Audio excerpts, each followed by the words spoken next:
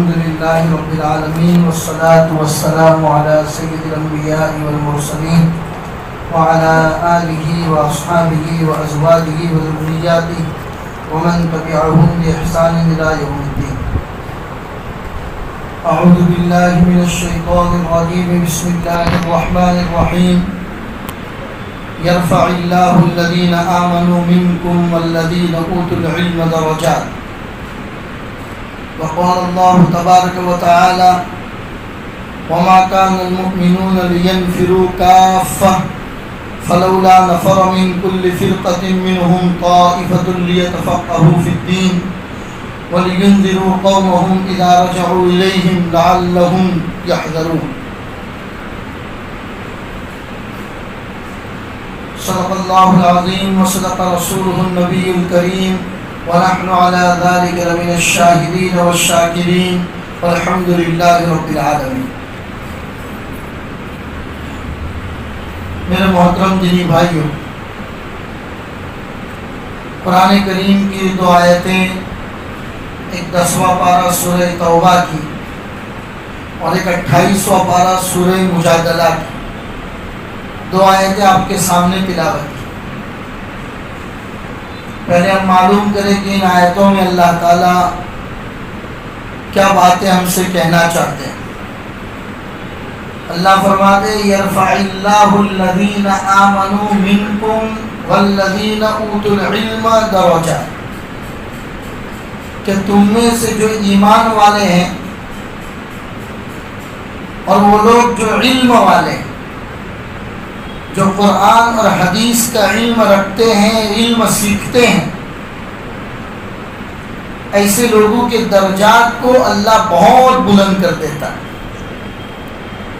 اللہ نے اس میں ایمان والے اور علم والے دونوں کی تعریف کی کہ اللہ ایسے لوگوں کے درجات کو بلند کرتا ہے،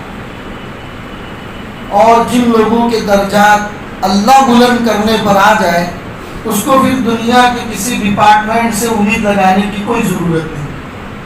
اللہ نے وعدہ کر دیا کہ تم میں سے جو ایمان والے ہیں اور علم والے ہیں، نالج رکھتے ہیں، دین کا صحیح نالج، صحیح علم رکھتے ہیں، ایسے لوگوں کے درجات کو اللہ بلند فرماتے ہیں. پھر آگے فرمایا کہ عقل والے لوگ ہی اس سے نصیحت حاصل کر سکتے ہیں.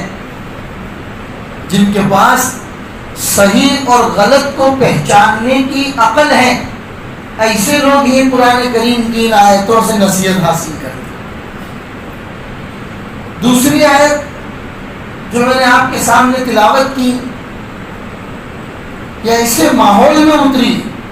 آیت کو سمجھنے سے پہلے آیت جس ماحول میں اتری ہے اس ماحول کو جاننا ضروری. حضور مکہ سے مدینہ تشریف لے جا چکے ہیں. ہر سال کبھی مشرکین مکہ کے ساتھ تو کبھی مدینہ کے یہودیوں کے ساتھ یا قرب و جوار کے یہودیوں کے ساتھ کسی نہ کسی بہانے سے جنگ ہوتی رہتی. ہر سال جنگ ہوتی، اور وہ مدینہ المنورہ کے 10 سال جو ہیں وہ اسلام کی تبلیغ، اسلام کو پھیلانے کے بہترین اور عظیم الشان 10 سال. ان 10 سالوں میں حضور کے اوپر کام کا پریشر دوسرے سالوں کے مقابلے میں زیادہ. باہر کے ملکوں کے ڈیلیگیشن آ رہے ہیں، ان سے اللہ کے رسول کی ملاقات. کچھ لوگ بالکل نئے ہیں تو ان کو مسجد نبوی میں ٹھہرا کر نماز بھی سکھائی جا رہی ہے، روزہ بھی سکھایا جا رہا ہے، زکوٰۃ، حج، تمام چیزیں سکھائی جا رہے ہیں. لوگوں کے ساتھ لین دین کے معاملات سکھائے جا رہے ہیں، مسجد میں تجارت سکھائی جا رہی ہے، لوگوں کے ساتھ کاروبار کیسے کرنا ہے، یہ تمام چیزیں رسول پاک صلی اللہ علیہ وسلم مسجد نبوی میں سکھا رہے ہیں. اور اس سے بڑا کام میں نے بتایا کہ ہر سال دشمنان اسلام کے ساتھ جنگ ہو رہی، تو ضرورت پڑنے پر مسلمانوں کی ایک بڑی جماعت جہاد کے لیے نکل رہی. خاص طور پر غزوہ تبوک، غزوہ خندق، اسلام کی پہلی جنگ بدر، دوسرے سال جنگ احد، تو یہ بڑی بڑی جو جنگیں ہو رہی ہیں وہاں زیادہ سے زیادہ مسلمانوں کو اللہ کے راستے میں جہاد میں نکلنے کی ضرورت ہے۔ ایسے ماحول میں یہ آیت اللہ اتارا، اس لیے میں نے آپ کو ماحول سمجھایا پہلے کہ مدینہ میں کام کی ضرورت زیادہ ہے۔ اسلام کے قلعے کی حفاظت کے لیے مسلمانوں کو اپنا وطن چھوڑ کے نکلنا ضروری ہے۔ ایسے ماحول کے اندر اللہ یہ آیت اتار رہے ہیں جو آیت میں آپ کے سامنے پڑھی، وَمَا كَانَ الْمُؤْمِنُونَ لِيَنْفِرُوا كَافَّةً فَلَوْلَا نَفَرَ مِنْ كُلِّ فِرْقَةٍ مِّنْهُمْ طَائِفَةٌ لِيَتَفَقَّهُوا فِي الدِّينِ کہ تم میں سب کے سب لوگ جہاد میں مت نکلو، کچھ لوگ ایسے ہونا ضروری ہیں جو صحیح معنوں میں دین کو سیکھیں اور آنے والی جماعتوں کو دین سکھائے۔ سب کے سب اللہ کے راستے کے اندر اگر نکل جاؤ گے تو کون دین کو سیکھے گا، کون قرآن کو سمجھے گا، اللہ کے رسول کی احادیث کو سمجھے گا؟ اور جب دوسرے دیشوں کے دوسری کنٹریز کے ڈیلیگیشن آئیں گے تو اس وقت ان کو دین کا انٹروڈکشن کون دے گا؟ ضرورت ہے ایسے ماحول کے اندر۔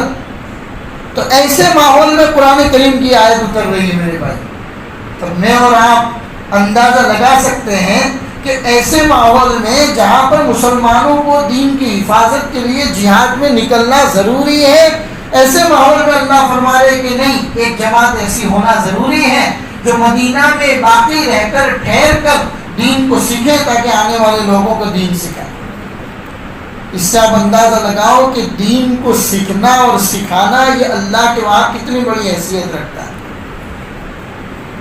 اور یہ دین کو سیکھنے اور سکھانے کا سلسلہ یہ تو میرے بھائیوں غار ہرا سے شروع ہوتا ہے۔ جو حاجی حج اور عمرہ کے لیے جاتے ہیں دیکھتے ہیں جبل نور کتنا بڑا، جس کے اندر غار ہرا ہے۔ رسول پاک صلی اللہ علیہ وسلم کو ابھی نبوت نہیں ملی ہے، لیکن مکہ کے ماحول سے آپ اکتا گئے ہیں۔ لوگ ایک دوسرے کو مار رہے ہیں، کاٹ رہے ہیں، کسی کا مال ہڑپ کر رہے ہیں، لڑکیوں کو زندہ درگور کر رہے ہیں، امانتوں میں خیانتی کر رہے ہیں۔ تو حضور ایک ہفتے کا کھانے پینے کا سامان لے کر جبل نور کے غار ہرا میں چلے جاتے ہیں، اکیلے بیٹھ کر اللہ کی قدرت میں غور و فکر کرتے ہیں۔ ابھی تک آپ نبی نہیں ہیں، وحی آپ کے اوپر آئی نہیں ہے، قرآن آپ کے اوپر اترا نہیں ہے، لیکن اکیلے غار ہرا میں چلے جا رہے ہیں، اللہ کی قدرت میں غور کر رہے ہیں اور اپنی قوم کی، اپنی امت کی فکر کر رہے ہیں۔ یا اللہ کوئی ایسا راستہ نکل آئے کہ یہ امت سدھر جائے۔ یہ ایک دوسروں کو مار کاٹ رہے ہیں، یہ ایک دوسروں کو مال ہڑپ کر رہے ہیں، امانت پہ خیانت کر رہے ہیں، بڑے چھوٹوں پر ظلم کر رہے ہیں۔ یا اللہ کوئی راستہ ایسا ضرور نکل آئے۔ غار ہرا میں بیٹھ کر پورا ہفتہ 10 دن 12 دن اللہ کے رسول اکیلے بیٹھے رہتے۔ جب سامان ختم ہو جاتا واپس آتے، حضرت خدیجۃ الکبریٰ کے پاس بیٹھتے، حضرت خدیجۃ الکبریٰ کچھ سامان اور تیار کر کے دے دیتی، آپ واپس غار ہرا میں چلے جاتے۔ ایسے ماحول میں ایک دن اچانک پہلی وحی اترتی ہے، جبرائیل علیہ السلام اوریجنل شکل میں۔ عام طور پر حضرت جبرائیل اللہ کے رسول کے پاس اوریجنل شکل میں نہیں آتے تھے، انسانوں کی شکل میں آتے تھے۔ ایک صحابی تھے جن کا نام تھا دحیہ قلبی رضی اللہ تعالیٰ عنہ، بڑے خوبصورت صحابی تھے۔ ان کی شکل میں حضرت جبرائیل آتے تھے، حضور کے پاس آ کر بیٹھ بھی جاتے تھے۔ صحابہ یہ سمجھتے تھے کہ یہ تو حضرت دحیہ قلبی بیٹھے ہوئے، حالانکہ وہ حضرت جبرائیل ہوتے تھے۔ اوریجنل شکل میں اللہ کے رسول نے حضرت جبرائیل کو 2 مرتبہ دیکھا۔ یہ پہلی مرتبہ جب قرآن کی وحی اتر رہی، پہلی مرتبہ حضور کے پاس آ کے کہہ رہے کہ پڑھو۔ اللہ کے رسول نے فرمایا میں تو امی ہوں، میں پڑھا لکھا نہیں ہوں، میں کیسے پڑھ سکتا ہوں؟ تو حضرت جبرائیل اللہ کے رسول کو اپنے سینے سے لگا کر دبوچتے ہیں، بھینچتے ہیں، پھر آپ کو الگ کر کے کہتے پڑھو۔ حضور فرماتے کہ میں تو امی ہوں، میں پڑھنا نہیں جانتا۔ دوسری مرتبہ حضرت جبرائیل اللہ کے رسول کو دباتے ہیں، بھینچتے ہیں، پھر کہتے ہیں پڑھو. اللہ کے رسول پھر وہی بات کہتے ہیں کہ میں تو امی ہوں، میں پڑھنا نہیں جانتا. تیسری مرتبہ حضرت جبرائیل آپ کو دباتے اور بھیجتے ہیں اور الگ کرنے کے بعد کہتے ہیں اقرا بسم ربک الذی خلق، پڑھیے اس رب کے نام سے جس نے ان تمام کائنات کو پیدا کیا. یہ پہلی وحی کا سلسلہ تھا جہاں پر استاذ اللہ ہے، شاگرد اسٹوڈنٹ اللہ کے رسول صلی اللہ علیہ وسلم ہے، اور دونوں کے بیچ میں پڑھنے پڑھانے کا سلسلہ حضرت جبرائیل یہ کام کر رہے. تو اس سے اندازہ لگائیے کہ اسلام کی پہلی وحی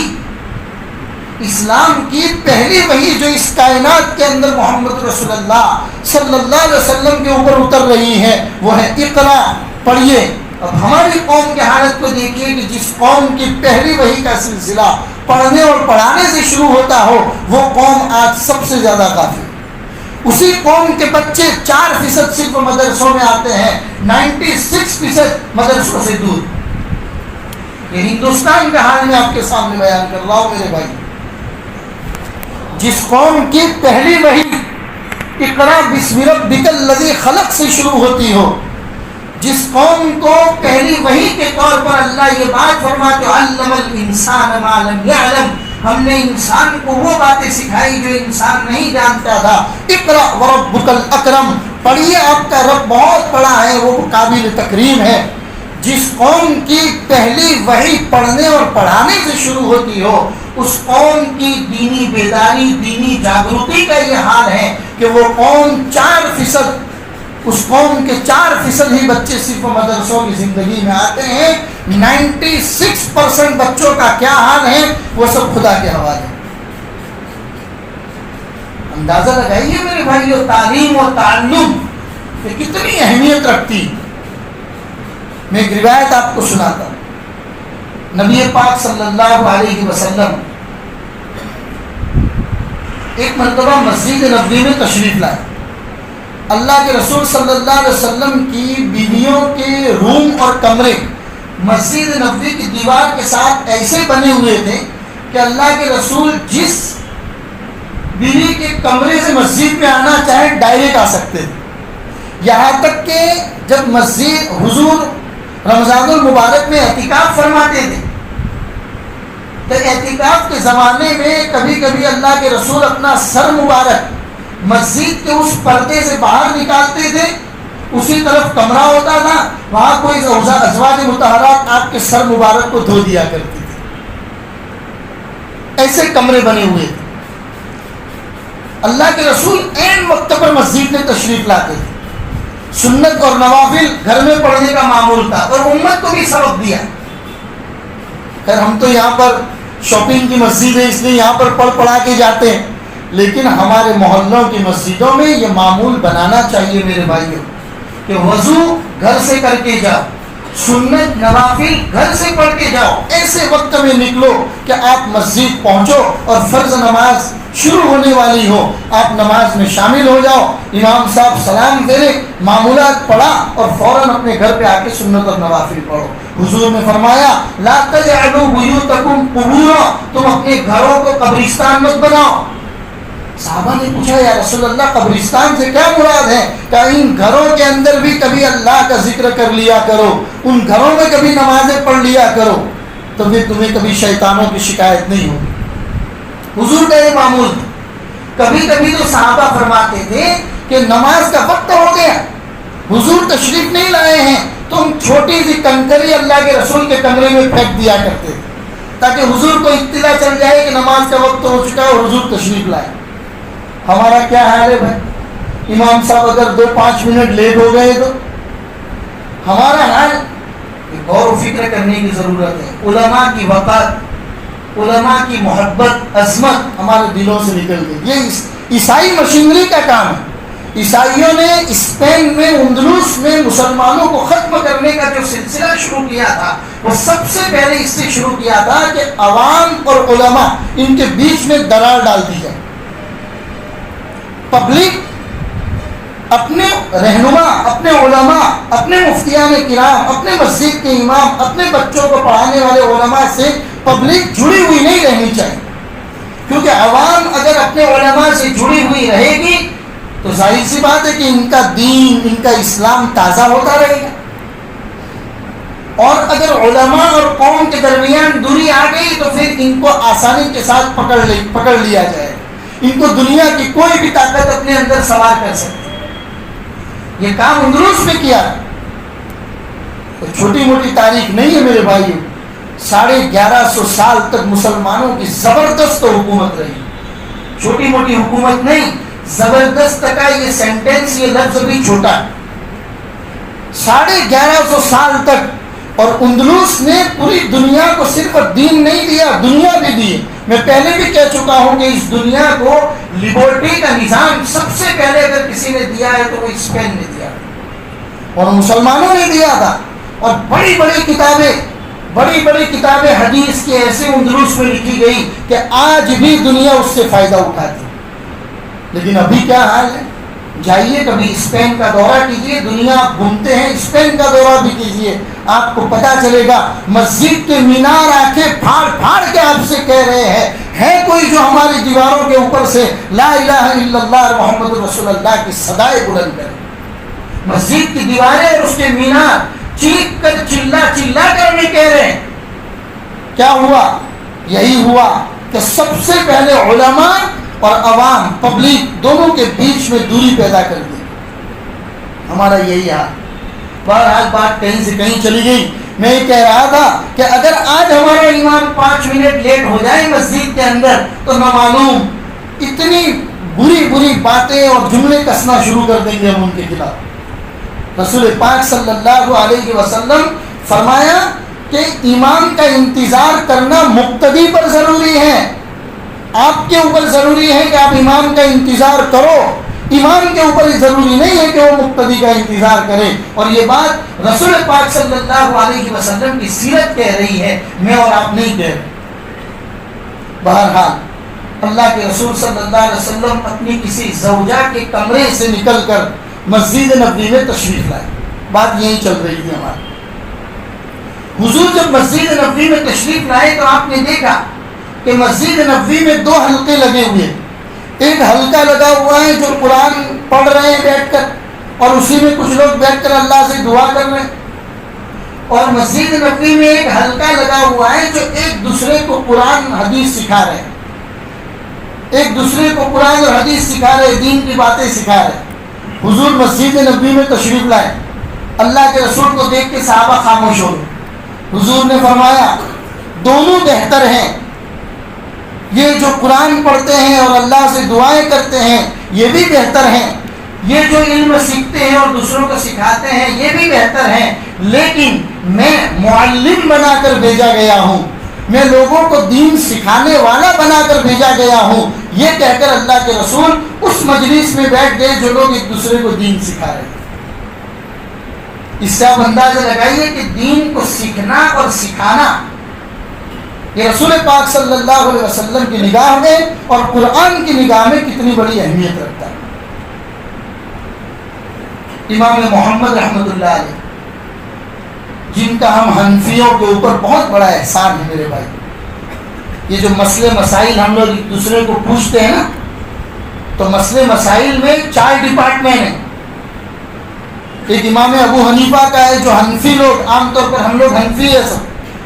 ایک شافی لوگ ہوتے ہیں جو ہندوستان کا ساحلی علاقہ ہے، کوکن سری وردھن وغیرہ کا علاقہ، کیرالا، ساؤتھ انڈیا کا علاقہ، وہ زیادہ تر شافی لوگ ہیں. ایک مالکی لوگ ہیں جو ملک شام وغیرہ میں پائے جاتے ہیں، زیادہ تر کچھ مدینہ میں بھی پائے جاتے ہیں.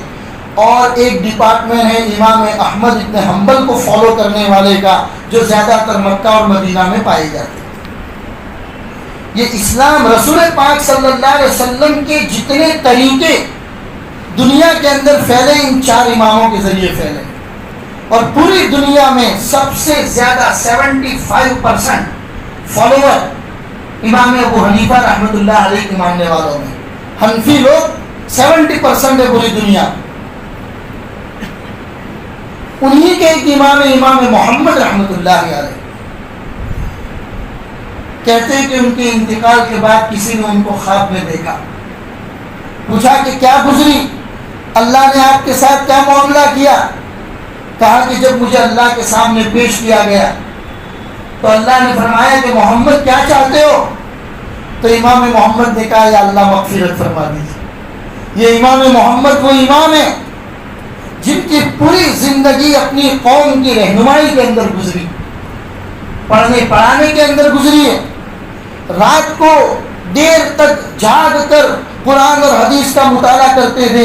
کبھی کبھی ان کے کمرے میں جا کر ان کی اماں ان کو ڈانٹ کر ان کے چراغ کو بند کر دیتی تھی اور کہتی تھی سو جا اور اپنی طبیعت کا خیال رکھ۔ پھر جب امی چلی جاتی تھی تو دوبارہ پڑھنا شروع کر دیتے اور دیوار کے اور دروازوں کے کیواڑ سے روشنی باہر نہ چلی جائے اس لیے نیچے کپڑا رکھ دیتے تھے۔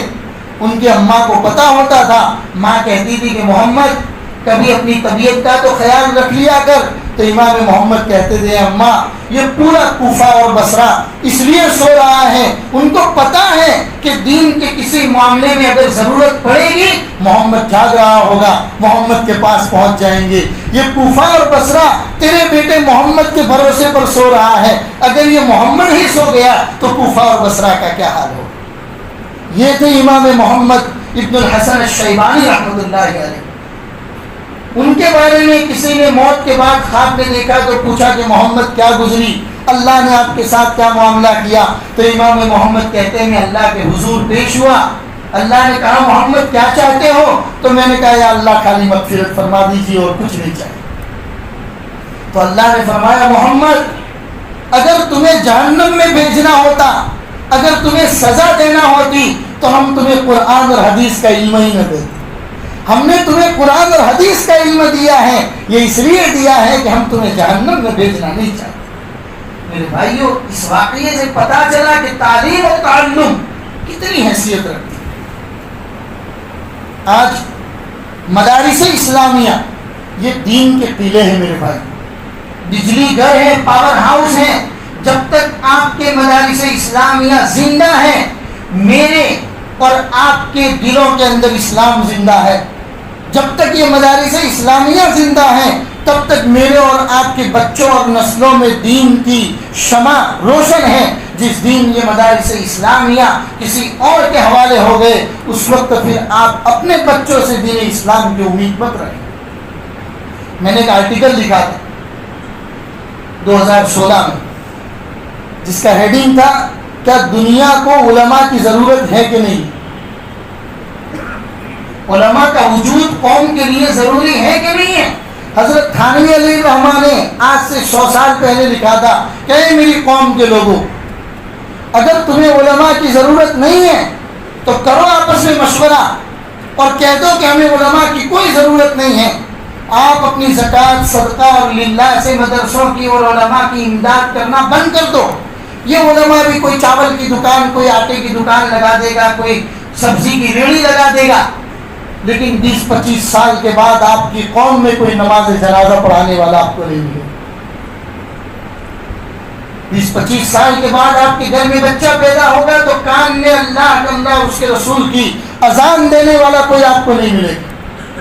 قدرت اللہ شہاب، آپ نے نام سنا ہوگا قدرت اللہ شہاب، یہ ہندوستان کی تقسیم کے پہلے کے IPS آفیسر، جب انگریزوں کی حکومت تھی اس زمانے، انہوں نے کہا کہ میں نے علماء کی اہمیت کو اس وقت جانا جب عین دوپہر میں نیا چارج سنبھالنے کے لیے بہار کے ایک چھوٹے سے گاؤں میں پہنچا۔ چلچلاتی ہوئی دھوپ، ہر طرف دھوپ کا ایسا سما تھا کہ پرندے بھی اڑتے ہوئے نظر نہیں آ رہے تھے۔ ایسے ماحول کے اندر میں ایک چھوٹے سے گاؤں کے اندر اپنا چارج سنبھالنے کے لیے پہنچا تو میں نے دیکھا کہ ایک مسجد کی مینار سے مؤذن اللہ اکبر کی آواز لگا رہا ہے۔ اسی گاؤں کے اندر کچھ وقت گزارنے کے بعد سردیوں کے زمانے میں جب پورا کا پورا گاؤں اپنی لحافوں کے اندر مست سویا پڑا ہے، اس وقت میں نے مسجد کے مینار سے اللہ اکبر کی آواز سنی، تب میں نے پتہ لگایا کہ ایسی چلچلاتی ہوئی دھوپ میں اور کڑکڑاتی سردی کے اندر بھی کوئی ہے جو مسجدوں کے اندر آ کر اللہ اکبر کی آواز لگاتا ہے۔ شاید انہی لوگوں کی وجہ سے اللہ نے اس دنیا کو باقی رکھا۔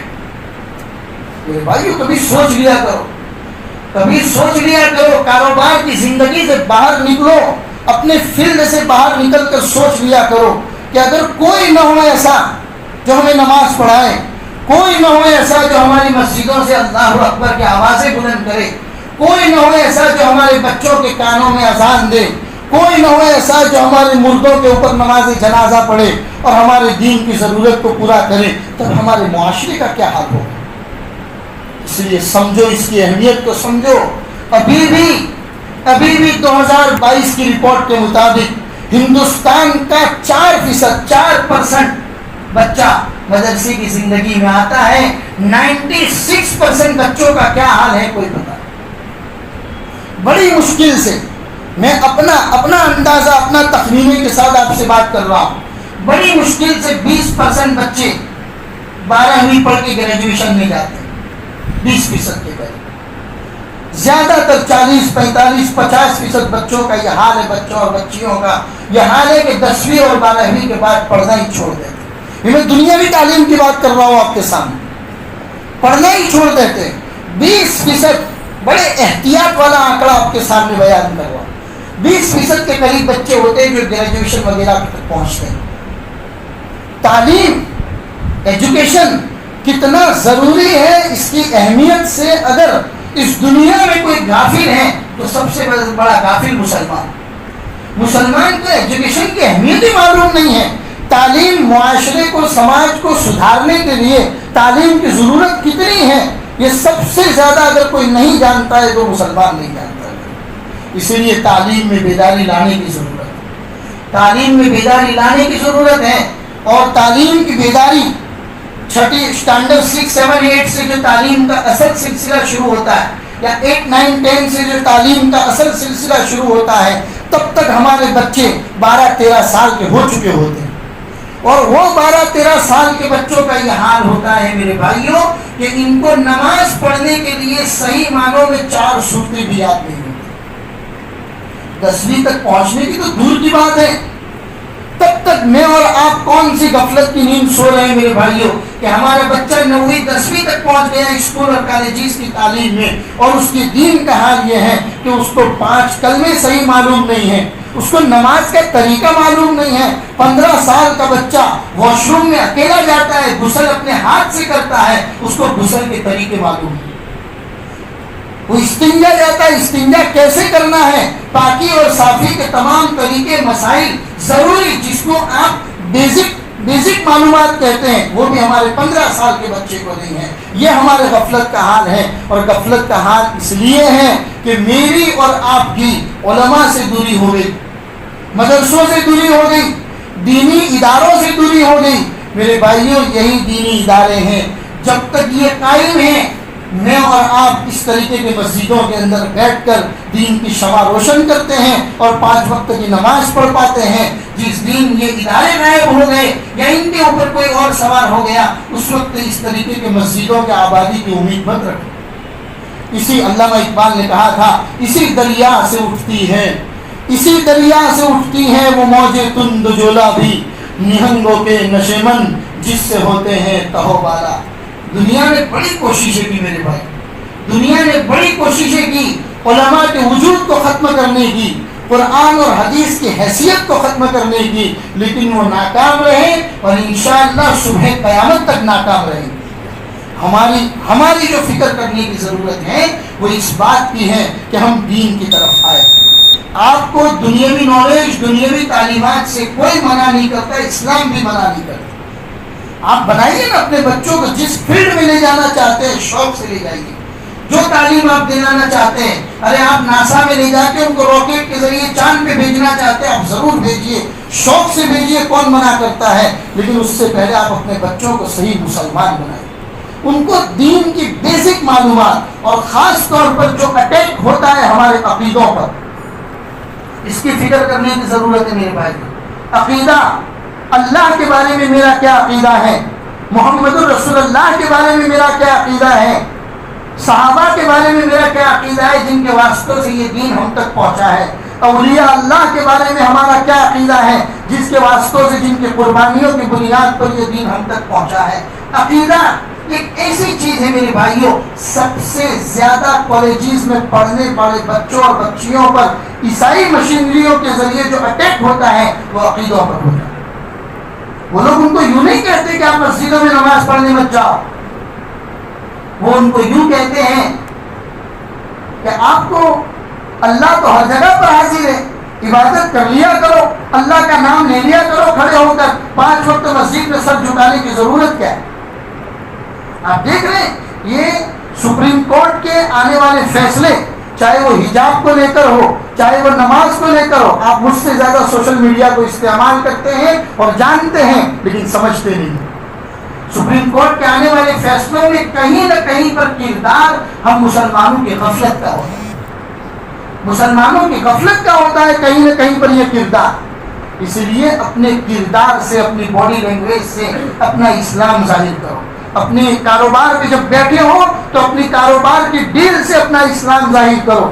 کسی غیر مسلم کے ساتھ اگر آپ کا لین دین کا سودا ہوتا ہے، آپ کی زبان اتنی پیاری محمد رسول اللہ کے بتائے ہوئے طریقے کے مطابق ہونی چاہیے کہ وہیں سے آپ کا اسلام ظاہر ہونا چاہیے۔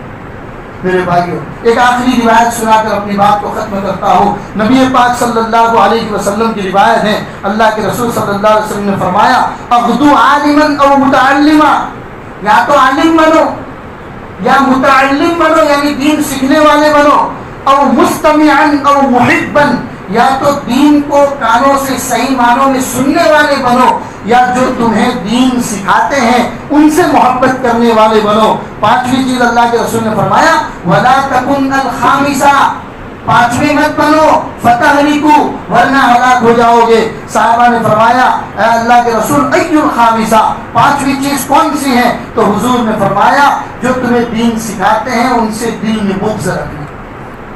دل میں بغض رکھتے ہو تم اپنے علماء سے، اگر تم 5ویں بن گئے تو سمجھ لو کہ تم ہلاک ہو جاؤ۔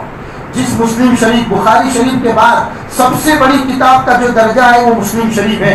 مسلم شریف کے اوپر جنہوں نے حاشیہ لکھا ہے امام نووی رحمۃ اللہ علیہ، امام نووی کہتے ہیں میں ڈنکے کی چوٹ پر کہتا ہوں جو لوگ علماء سے بغض رکھتے ہیں ان کو دفن کرنے کے بعد ان کی قبر کو کھول کے دیکھ لو، میں گارنٹی کے ساتھ کہتا ہوں اللہ ان کے چہروں کو قبر قبلے کی طرف سے پھرا دے۔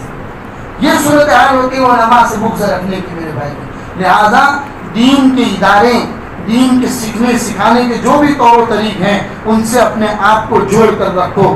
جب تک دینی معاملات میں اپنے آپ کو جوڑے ہوئے ہیں میرے بھائیوں، انشاءاللہ ایمان کی بقا کی ضمانت دی جا سکتی ہے، اور جس دن اپنے آپ کو دور کر دیا اس وقت میرے بھائیوں ایمان کے لالے پڑ سکتے ہیں، اور پھر نسلوں کے اندر آپ کو دین کے دائی اور دین کے سپاہی نہیں ملیں گے۔ اللہ تبارک و تعالیٰ کہنے سننے سے زیادہ ہم سب کو عمل کی توفیق عطا فرمائے۔ اپنے بچوں کو دین کی بیسک معلومات دینے کی اور اس کی فکر کرنے کی اللہ ہم سب کو توفیق عطا فرمائے۔ صلی اللہ علیہ النبی الکریم وعلی آلہ واصحابہ اجمعین برحمتک یا ارحم الراحمین۔